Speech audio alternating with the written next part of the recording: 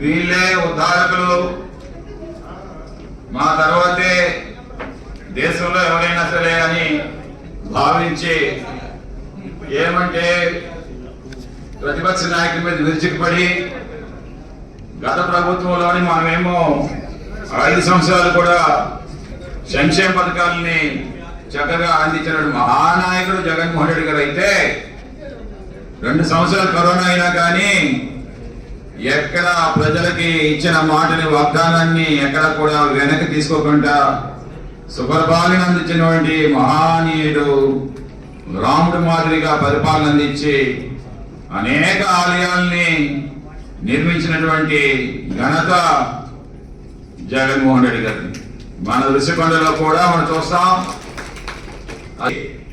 ఈ జగన్మోహన్ రెడ్డి గారు మీద బండాలేస్తూ ఈరోజు మీరు చూడండి, మీకు ఇచ్చిన ఆ బుక్లెట్స్ ఉంటాయి. ఎన్ని టెంపుల్స్ ని పడగొట్టారు ఒకసారి చంద్రబాబు నాయుడు, లోకేష్, పవన్ కళ్యాణ్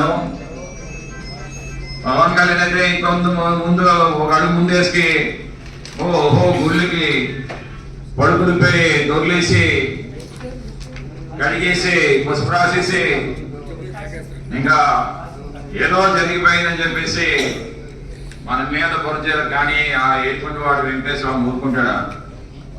ఊరుకోడు కదా. అందుకే ఈరోజు పవన్ కళ్యాణ్ హాస్పిటల్కి పంపించాడు. కాబట్టి ఇప్పటికే బాగా వీక్ అయిపోయాడు, లంగ్స్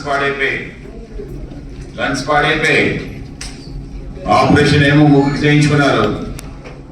ఏముంటే కార్య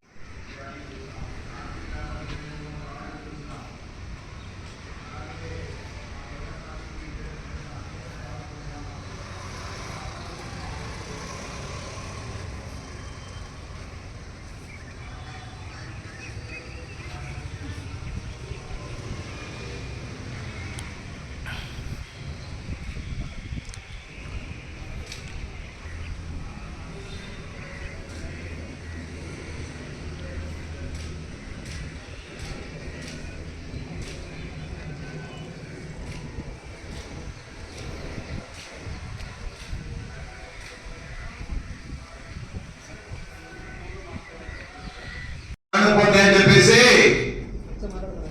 జనరేటర్స్ రూమ్లు కట్టించి ఘనత జగన్మోహన్ రెడ్డి గారు. ఈ రోజు వరకు ఒక ఇంచు కూడా ఒక కనీసం ఒక ప్లంబింగ్ ఐటమ్ ట్యాప్ పోయినా ట్యాప్ బిగించలేని దరిద్రపు కొట్టు ప్రభుత్వం నడుస్తా ఉందంటే ఈ రోజు మనం చెప్పచ్చు. కేజెస్ ఎంత తెలిసిపోతుంది ఈ ఎంత దరిద్రం అనేది. అంతకంటే ఒకసారి శ్మశానంలోకి వెళ్ళాలి. ఒకసారి మీ ఎవరైనా సరే మనకు ఎప్పుడైనా సరే అవసరం అనుకునేటప్పుడు